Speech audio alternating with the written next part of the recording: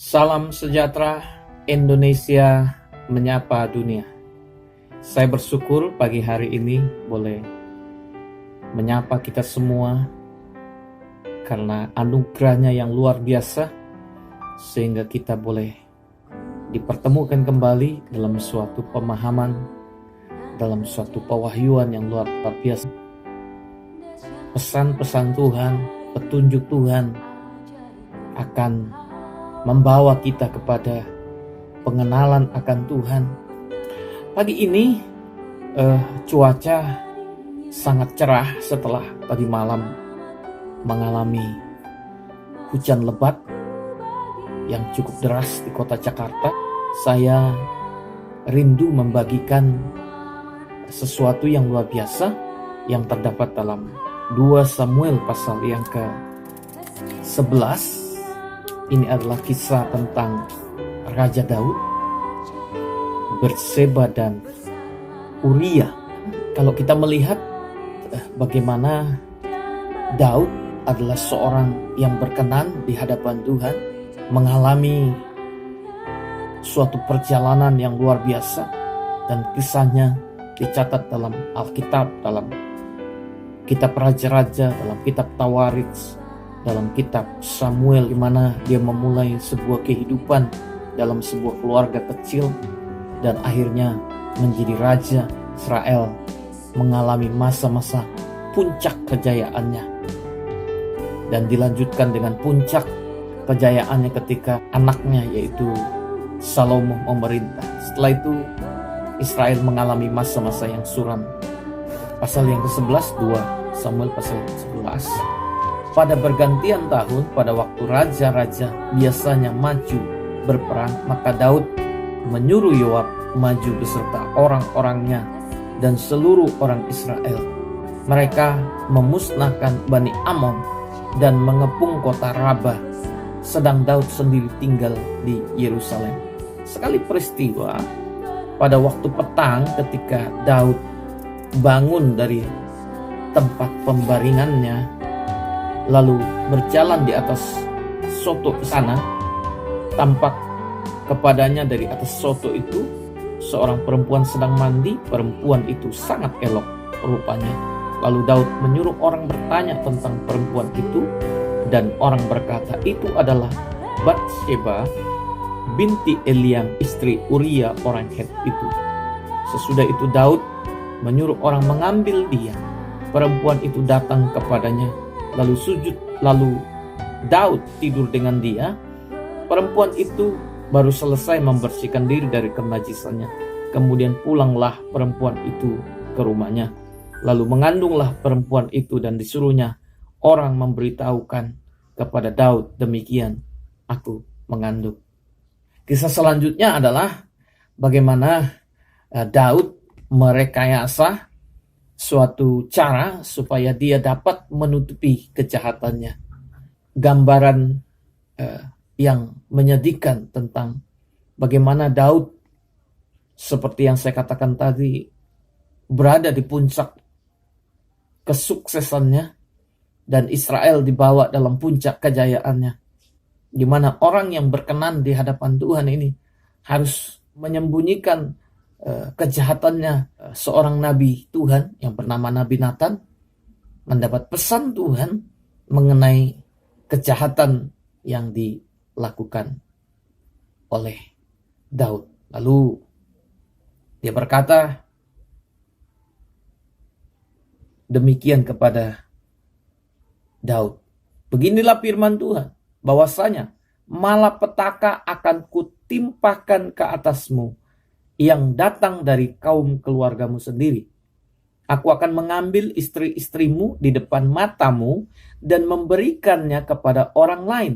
Orang itu akan tidur dengan istri-istrimu di siang hari, sebab engkau telah melakukannya secara tersembunyi. Tetapi aku akan melakukan hal itu di depan seluruh Israel secara terang-terangan. Lalu berkatalah Daud kepada Nathan, aku sudah berdosa kepada Tuhan. Dan Nathan berkatalah kepada Daud, Tuhan telah menjauhkan dosamu itu, engkau tidak akan mati. Kekasih Tuhan, apakah konsekuensi yang diterima oleh Daud oleh karena satu kesalahan, satu kejahatan yang disembunyikan. Uria adalah seorang prajurit yang sangat loyal. Ketika Daud coba merekayasa supaya dia pulang dari pertempuran dan mengundangnya ke istana dan menyuruh dia untuk pulang ke rumahnya, sehingga Daud dapat menutupi jejak kejahatannya terhadap Batseba yang telah mengandung. Nah, persoalan ini menjadi begitu rumit di hadapan Daud, sehingga dia harus memanggil kembali Uria dan membuat dia mabuk. Namun di tengah kemabukannya pun, Uria tidak kembali ke rumah dan tidur dengan istrinya. Saya sangat percaya bahwa Tuhan tidak ingin Daud menyembunyikan dosanya. Tuhan tidak ingin Daud menyimpan suatu dosa. Nah, saudara yang terkasih dalam Tuhan, hanya kita yang tahu diri kita. Dosa-dosa yang tersembunyi dalam diri kita mungkin tidak diketahui oleh banyak orang. Kelemahan kita, bahkan pasangan kita mungkin dia tidak tahu. Tapi Tuhan adalah Allah yang mengetahui segala sesuatu. Kondisi ini dibuat oleh Tuhan sehingga Uria meskipun dalam keadaan mabuk, dia tetap loyal. Karena memang Uria tidak bersalah. Maka disusunlah skenario supaya ketika pertempuran itu terjadi, pasukan mundur dan tentunya Uria harus mati di medan pertempuran. Ini menyedihkan, saudaraku. Uria seorang yang sangat loyal. Dia adalah orang Het, bukan orang Israel, tetapi dia loyal kepada raja. Dia tidak tahu apa yang dilakukan oleh raja terhadap istrinya. Dia hanya seorang prajurit. 2 Timotius 2 mengatakan, seorang prajurit yang baik tidak memusingkan soal-soal tentang kehidupannya, tetapi bagaimana dia berkenan kepada komandannya. Dia menjadi korban kesewenang-wenangan Raja Daud, kesewenang-wenangan orang berkuasa. Tetapi Allah tidak tinggal diam. Allah harus membuka ini untuk menunjukkan bahwa seorang yang berkenan di hadapan Tuhan pun dapat jatuh. Kita bukan manusia yang sempurna. Hanya kita yang tahu kelemahan kita. Tuhan mau kita terbuka. Dan memang Daud adalah contoh yang baik di mana dia terbuka. Tapi kisah selanjutnya dalam kerajaan Israel, bagaimana anaknya sendiri meniduri para gundiknya. Bagaimana dia berjalan tanpa kasut meninggalkan istana raja ketika terjadi pemberontakan dari anaknya sendiri. Ini harga yang harus dibayar oleh Daud. Bagaimana Israel yang tadinya bersatu dan terpecah menjadi Israel Utara dan Israel Selatan. Bangsa itu terpecah. Ini salah satu akibat daripada kejahatan yang dilakukan oleh Daud. Jadi saudaraku terkasih dalam Tuhan, selalu ada konsekuensi. Allah adalah Allah yang mengasihi, Allah yang mengampuni. Tetapi ada konsekuensi, perhatikan ini, konsekuensi dari apa yang kita lakukan. Tuhan mau kita berhadapan dengan persoalan kita. Kita perlu menyelesaikan persoalan itu. Dari mana kita jatuh, kita akan memulai dari situ. Nah, kekasih Tuhan, memang kisah selanjutnya adalah kisah yang luar biasa. Bagaimana akhirnya Daud menikahi Batseba. Akhirnya anak di dalam kandungan itu lahir dalam keadaan sakit-sakitan.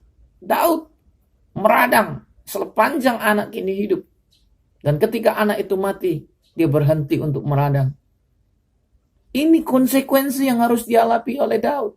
Ini konsekuensi yang dihadapi oleh orang yang berkenan kepada Tuhan itu. Seringkali kita minta Tuhan menyelesaikan persoalan kita. Bukannya Tuhan tidak bisa selesaikan, tapi Tuhan mengajar kita untuk belajar dengan kekuatan yang Tuhan berikan, dengan kemampuan hikmat yang Tuhan berikan untuk menyelesaikannya bersama dengan Tuhan. Tuhan bukan pesuruh kita sehingga dia menyelesaikan semua persoalan kita, melakukan apa yang kita minta. Bukan. Dia adalah Allah. Dia adalah Bapa, dia adalah Raja. Dia penuh hikmat dan kebijaksanaan. Seringkali kita salah dalam sistem kepercayaan kita, sehingga kita menganggap, Tuhan selesaikan persoalan saya. Bayar semua hutang-hutang saya. Kita tidak melakukan apa-apa. Allah bekerja sama dengan kita, karena kita adalah anak-anaknya. Kita umat pilihannya. Meskipun dosamu merah seperti karmesi, akan menjadi putih. Dan seperti kesumba, merah seperti kain kesumba, akan putih seperti bulu domba. Jadi persoalannya adalah manusia ini mau enaknya saja. Dia seringkali menyalahkan orang lain, menyalahkan iblis, menyalahkan pasangan, menyalahkan Tuhan. Dia nggak mau menyelesaikannya. Dia nggak mau berhadapan. Dia tidak mau terbuka bahwa semua yang terjadi ini adalah akibat tindakan-tindakannya. Dan dia marah kepada Tuhan. Bagaimana dengan kita? Tapi saya bersyukur Daud menerimanya dengan lapang dada.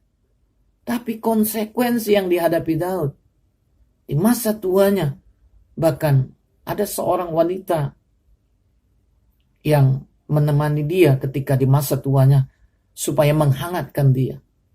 Dan memang wanita ini masih perawan dan tidak tidur lagi dengan Daud. Tetapi anaknya Adonia menginginkan wanita ini. Dan akhirnya Adonia harus mati di atas mezbah Tuhan. Salomo berkata, kalau Adonia tidak mati oleh karena permintaannya itu, maka aku berdosa kepada Tuhan. Salomo sendiri jatuh dalam banyak hal dengan perempuan-perempuan di masa tuanya. Ini menjadi buruk. Memang satu kesalahan kecil. Jangan pernah saudara meninggalkan pernikahan saudara. Jangan saudara pernah berpikir untuk meninggalkan pasangan saudara. Apapun yang terjadi. Karena Allah akan berurusan dengan kita. Memang Tuhan mengampuni kita, memulihkan kita. Tetapi kita harus perlu berhati-hati hari-hari ini. Jaga hati saudara. Jaga hidup saudara. Jangan kita menyimpan dosa itu. Dosa yang kita sering sembunyikan yang tidak diketahui oleh banyak orang. Ini adalah waktunya kita masuk dalam the new season, musim yang baru.